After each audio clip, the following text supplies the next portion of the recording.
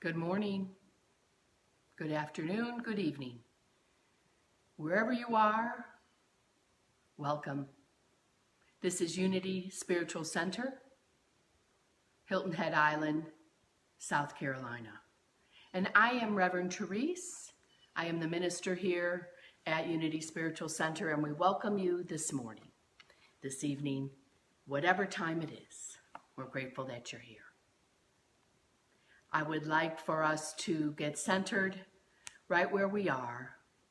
Let go of the busyness of all the news we've heard this week and everything that's going to be coming up, holidays and all sorts of other things and opportunities to be on purpose. So take a moment.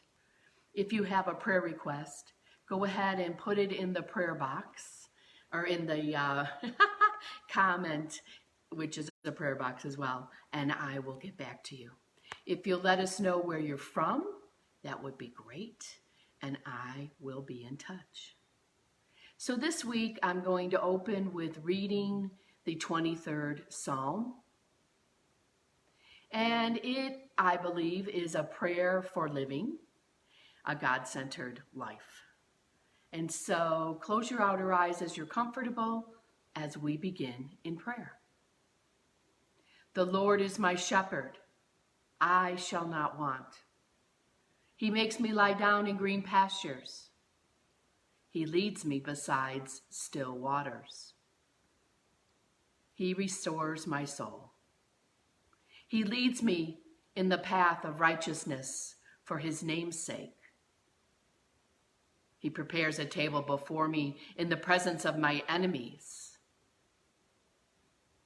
And he anoints my head with oil as my cup overflows. And even though I walk through the valley of the shadow of death, I fear no evil, for you are with me. Your rod and your staff, they comfort me. Surely goodness and mercy shall follow me all the days of my life, and I shall dwell in the house of the Lord forever. And we breathe into this moment, looking at the 23rd Psalm as a prayer for living a God-centered life. And so it is, we pray this in the name and after the nature and under the authority of the living, loving presence that is God expressing as you and me. Welcome, everybody. I'm Reverend Therese, and today is Sunday, October 4th. It actually is the feast day of St. Francis. And so we bless all of our furry friends. Two-legged, no, just kidding. Four-legged, winged, in the sea with fins. Many blessings on all the animals this day. The world is a little interesting, isn't it, these days? And so I thought we would unpack the 23rd Psalm today as a way of understanding that it's, and we already know this, it's been around for a really, really, really long time and very prominent in its presence. And metaphysically, what we know is it's an all-around mental treatment, right? Our third principle, thoughts held in mind, produce after their kind. And it usually is a source of comfort at funerals. But today we're talking about living life and using this as a guide. So let this be your comfort today and a new tool for you to use. The presence that is God working in, through, and as us. And we get to trust it. So I'm asking you up front to maybe have a shift in your mind about what you believe this psalm to be. And know that as we look at it about living from this psalm, it puts daily activities such as eating and drinking and seeking security in a radically centered place from God-centered perspective. So we get to live from a God-centered perspective that challenges our usual way of thinking.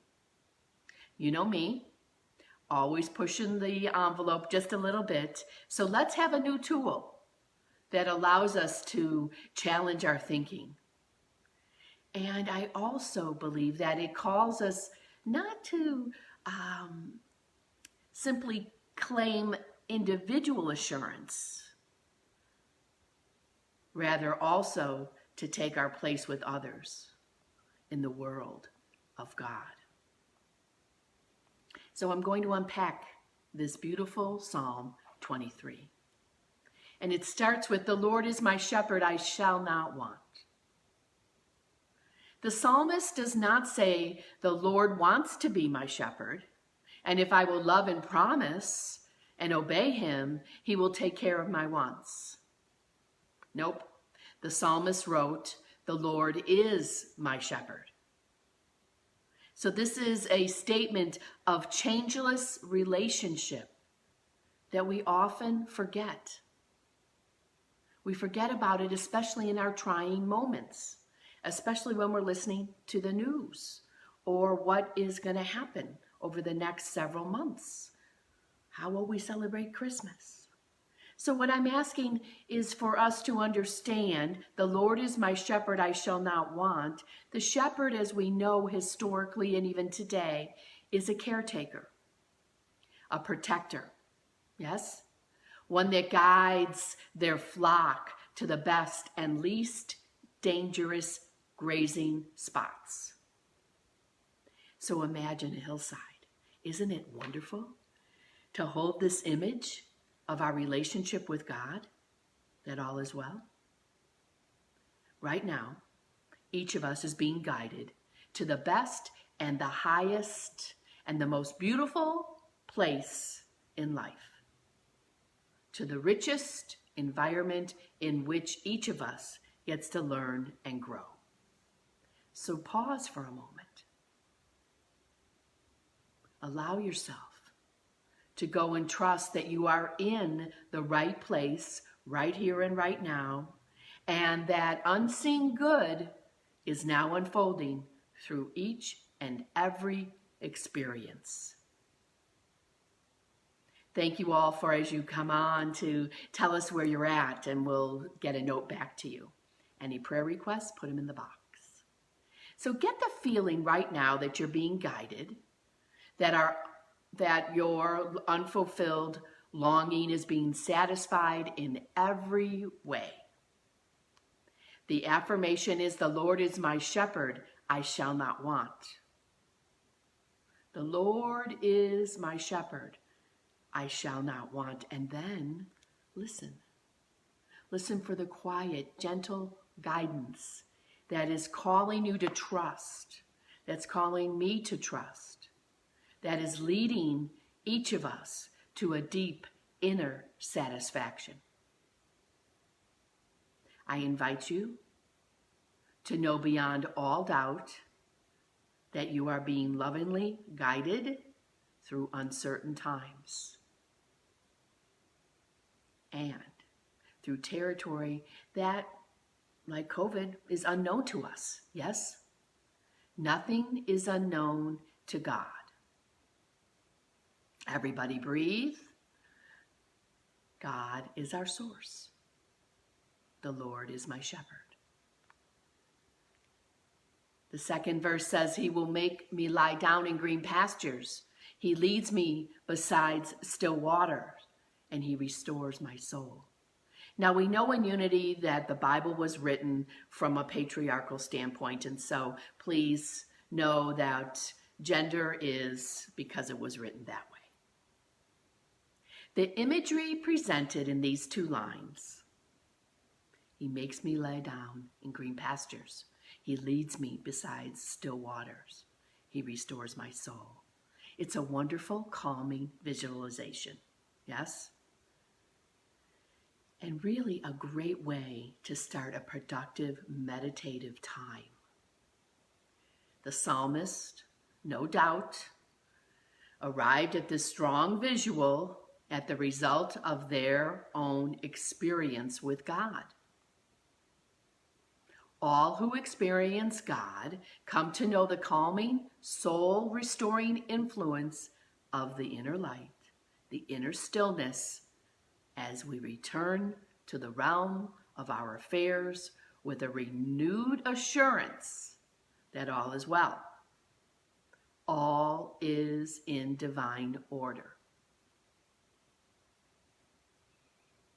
So take a moment and think,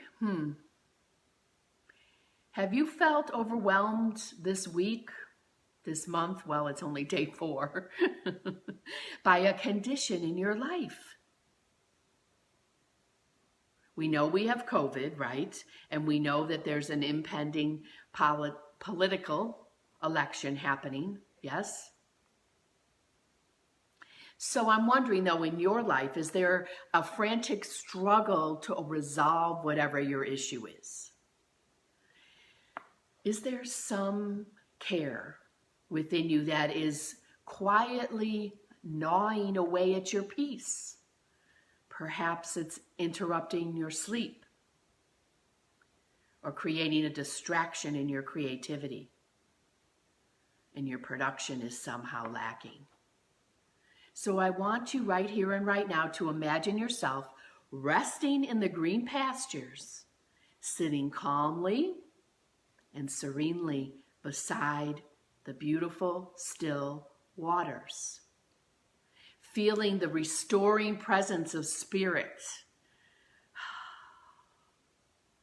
imparting upon you new strength, new inspiration, and new enthusiasm from which you live and start each day. Do you see how this psalm is for living from a God-centered self? A dedicated effort becomes available as we still ourselves, and we get to return often to this inner quiet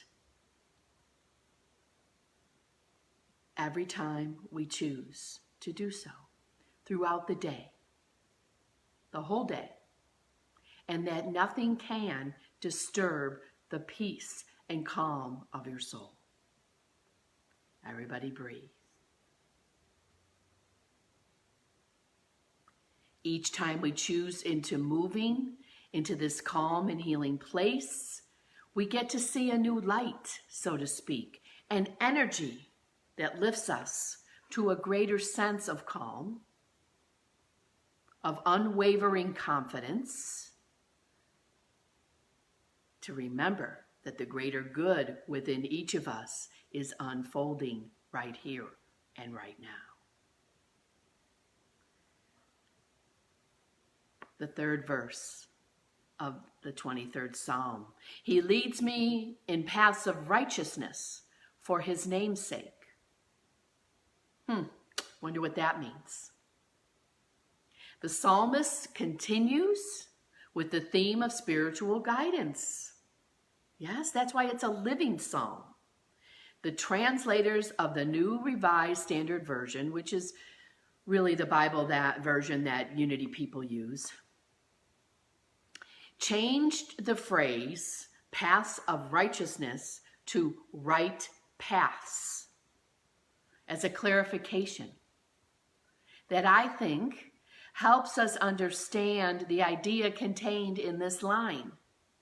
In the practice of the path of righteousness, sometimes what has happened is it gets converted into an attitude of self-righteousness, yes? One that's often condemning of those who hold different beliefs that may not be compatible with what we think is quote-unquote right. I think it's so interesting that this is so applicable to the so many different things that are happening in the world today. So the simple thought that God is leading you and me in right paths is a powerful affirmative attitude that allows us to leave others to find the way that is most meaningful for them. Imagine. I remember the first time I heard this back 30-something years ago and thought, oh, I get to leave others to have their own way? Yes, Therese. And you know what? All these years later, it's still applicable. So in addition, also, biblical names, particularly in the Hebrew Bible, depicted a characteristic of the nature of a person or a place. So the phrase, for his name's sake, can be thought of with a little bit of metaphysical interpretation, the meaning of for the benefit of God's nature. For the benefit of God's nature, which resides where? In you and in me. So in other words, there is a right path for you, a way through which God seeks expression. We talk about this. It's a big job being us. Yes? So in the line, you are affirming that God is leading you to your right path. One that will, with your allowing, help me realize all the divine attributes of peace and health and abundance of all of the good things that shine forth naturally from us. Now remember, God does this in all people as everybody allows God to do so. And it allows us then to let go of our grasping for answers. Because what we know in unity is if we look outside of ourselves, seeking a resolution to a problem or what we think is a problem, creates within us tension of mind and shortness of breath, yes, and stress in our body. So this 23rd Psalm is a living psalm for us all. So we're on the right path and we turn to God alone for guidance, right? So we listen and we hear, how is it that we're going to handle a situation? We know we're on the right path when we feel the stress subside, the groping, the grabbing for solutions to subside, and the feeling of peace because we're trusting in God that rises from our center. It's a great, great, everyday affirmative prayer. God's perfect peace is my right path, and I choose this path now. So here's another affirmation for today. God's perfect peace is my right path, and I choose this path now. Say it with me. God's perfect peace is my right path, and I choose this path right now. We breathe into being still, and the peace of stillness becomes the beginning of our right path. Verse 4 in the 23rd Psalm says, you prepare a table before me in the presence of my enemies. You anoint my head with oil, and my cup overflows. Wow. So this verse in the 23rd Psalm is again rich with the ideas of protection and prosperity. The preparation of the table in the presence of enemies. And where do enemies reside? In our mind. So this is a way of affirming greater good is unfolding, even when things appear, quote unquote, to be working against me. Wow. This is an affirmation that everything is for us. And it's the truth. So let me continue. This is a very important understanding for us because I do believe it is absolutely true. When our life, your life and mine, takes on what appears to be an unexpected turn for the worse. Could be a flat tire, something changed in your job, a diagnosis from the doctor, a friend gets COVID, whatever it is, right? They ran out of Reese's peanut butter cups for Halloween. Whatever it is, it's important because loss matters and it happens. And so when we react, because we haven't breathed first, otherwise we would respond, it robs us. When we react, it robs us of our peace and our creative optimism. How many have been there this week? I have. Not yet today, thankfully. The psalmist in the 23rd Psalm provides a key that enables you and me to stay centered in truth. The thing is not as it appears, whatever it is that's happening. A banquet of good is set before you. Know this, right here, right now, and be at peace and breathe.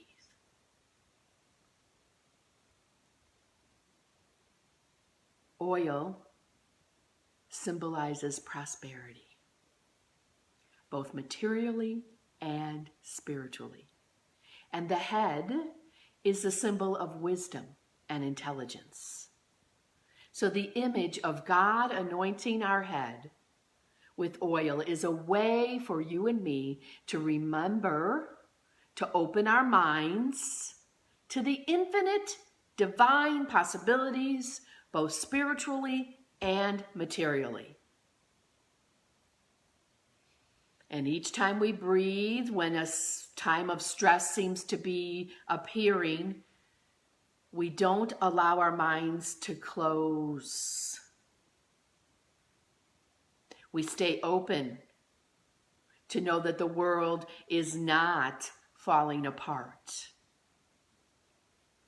We get to remember that God never ceases working in, through, and as you and me. God never ceases to anoint us with everything we need to be God expressing in the world. And the image of the cup overflowing is so obvious to me, that I get to have light and life and intelligence and love of God every time. I'm grateful. Every time I allow God to act in, through, and as me, bringing peace and order and abundance of good. That's what the overflowing cup symbolizes. And we know this, even at 10 o'clock in the morning, that we overflow with divine energy. Yes. And we, of course, temper our zeal with wisdom, right? And we get to affirm and visualize this truth, and it enhances us as it calms us and allows us to be. The next verse in Psalm 23. Even though I walk through the valley of the shadow of death, I fear no evil, for you are with me, your rod and your staff, they comfort me. So remember, we're talking about the 23rd Psalm as a living document as we stay centered in God. Yes?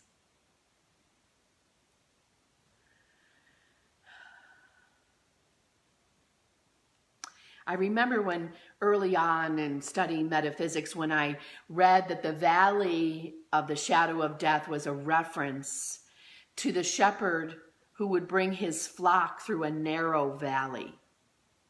Now we know in narrow valleys, yes, that there would be predators hiding out in the shadows of the rocks and the trees.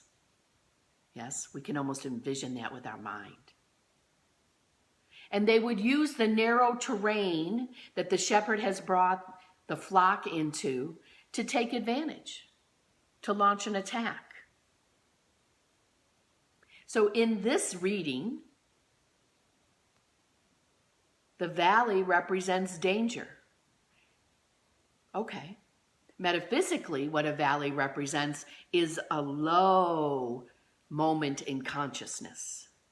A low moment in consciousness. And we have those. I know I've had plenty this week. How about you? Yes? And we get to remember in the same breath that the mountains represent the high places of enlightenment. So there's always both and. We all have low moments, we know that. And when we're having one of those moments, we might feel vulnerable to the forces, real or imagined, that are around us. Yes? That they may in fact inflict or rob us of something.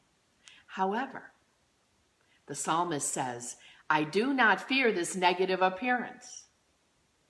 Say it with me. I do not fear this negative appearance. I often say this to friends and colleagues and congregants who get a diagnosis from the doctor. I'll say, so here's what I'm asking you to say with me. I do not fear this negative appearance. And we take back the power from whatever the diagnosis was or is, right? And then we stand firm, knowing that the divine outworking in, through, and as us of this visible good is imminent. It's coming. And we've got to clear out the stuff in our head so we can see it. And as we stand in the knowledge, it allows us to stand firmly. Even when we might see some shadows, even when we hear someone else's talking, right? As we know about life, shadows happen because light is present. Yes? So we know there's going to be valleys and there's going to be mountaintop. Experiences of both. Both and. Yes? So the 23rd Psalm is an excellent living reminder for this exact moment. October 4th, 2020. And all that lays before us. Can we use it as an active, affirmative prayer? The answer is yes. It allows us to remember that the slightest movement of thought toward God, restores the faith, reassures us. I'm excited to be here with you all. That what we fear today is on its way out. Bye-bye. Bye-bye. Right? So when we read this, it also says we're walking through the valley. So don't buy a condominium. Don't have a seat. Walk through. Walk through. There's peace as we walk. And it's waiting for us right now when we choose it. And remember, the affirmation is, I do not fear this negative appearance. So the other reminder of this verse is that God is present always and in all ways. In the valley moments, in the mountain moments. Always and in all ways. You might want to put that like on a little stickum and put it somewhere so you see it. The 6th verse says, surely goodness and mercy shall follow me all the days of my life, and I shall dwell in the house of the Lord forever. I think most of us want to leave a legacy of goodness and mercy, right? A wake of influence that touches people positively, yes, and enlightening by our example on how it is that we live with each other, how we respond versus react, how we allow everybody to have their own way of it with God, yeah, their own path to God. So I think that the psalmist, they say is David, of this 23rd Psalm accomplished peace and mercy with this work, with the writing of this, yes? Now, of course, we don't really know who wrote it, and that's okay historically, but we know it was written in some form. And I guess I also would like to imagine that goodness and mercy follow me, that I'm also practicing that for myself first. Yes?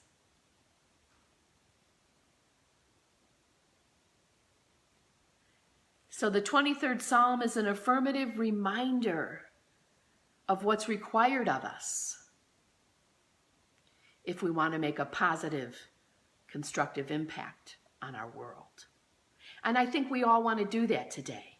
Yes? Who wants to continue solo distancing? Look at my plants. They're really doing well because we talk a lot. They loved this 23rd Psalm this morning, by the way. So we know in unity that as we give, we receive. Yes? And so we do unto others as well as we want others to do unto us.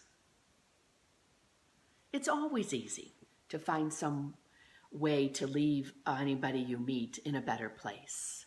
Yes? I think so. A simple word, a smile, even with our mask on, because our eyes smile. Random act of kindness. Pay it forward, right? We get to decide. The more we turn up our dimmer switch and put light into the world, the more we realize that we are already dwelling in the house of the Lord, right? Heaven is a state of consciousness, right here, right now. So being a conscious giver of all that is great and good, right? Of our attitude, of our knowing, then what happens is it's drawn back to ourselves. So what I haven't done yet is taken a moment to have a hydration break. Let's do that.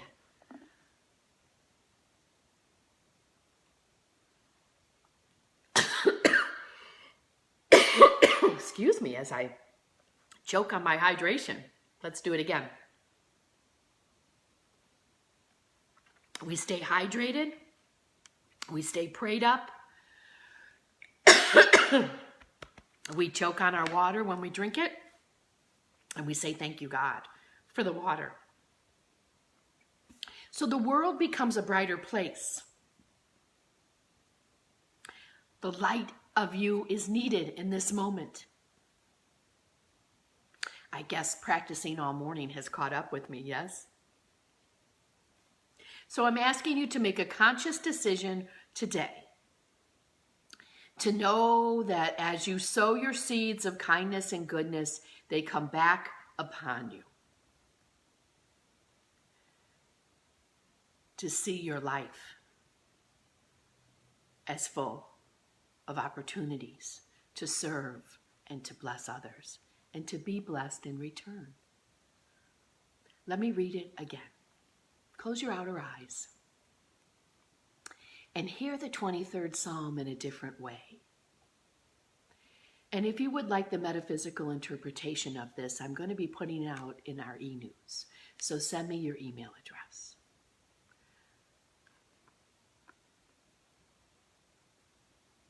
Here we go, the 23rd Psalm. The Lord is my shepherd, I shall not want. He makes me lie down in green pastures, and he leads me beside still water. He restores my soul. He leads me in paths of righteousness for his name's sake. Right? So in honor of God. And a table is prepared before me and my enemies for us together. My head is anointed and my cup overflows. And even though I walk through the valleys of darkness, I'm not building a condominium. I'm not having a seat. I'm walking through. And I fear no evil, For I know that, God, you are with me. Your rod and your staff comfort me. And surely, therefore then, goodness and mercy shall follow me all the days of my life, and I shall dwell in the house of the Lord forever. And so it is. We know this to be true. The church email address is office@unityofhiltonhead.org. And I will send you the metaphysical interpretation of this beautiful, beautiful 23rd Psalm.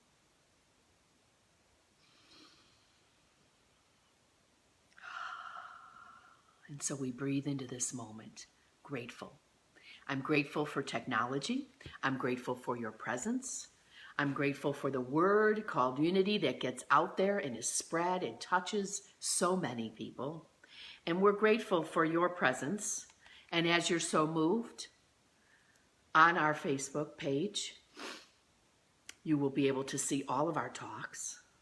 On our website, www.unityofhiltonhead.org, all of our talks, all of my midweek lifts and prayer time are on our YouTube channel on the website.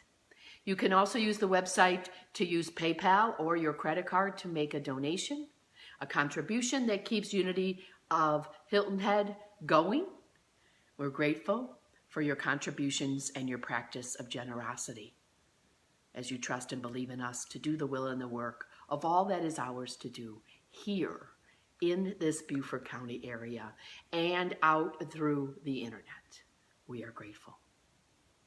And so it is. Let's say the prayer for protection together. First for ourselves and then for everybody else. So we're going to say it twice. The light of God surrounds me. The love of God enfolds me. The power of God protects me. The presence of God watches over me. Wherever I am, God is. And now for the world. We breathe into this knowing that our minds are strong and we have the capability to rise above and to change consciousness together. The light of God surrounds us. The love of God enfolds us. The power of God protects us. The presence of God watches over us. Wherever we are, you and I, God is. And so it is. Many blessings. Reverend Therese signing off from Unity Spiritual Center. Please write in any prayer requests, any thoughts, if you would like the metaphysical interpretation completely of the 23rd Psalm, which is the prayer that allows us to live today God-centered. I am grateful for you. Amen.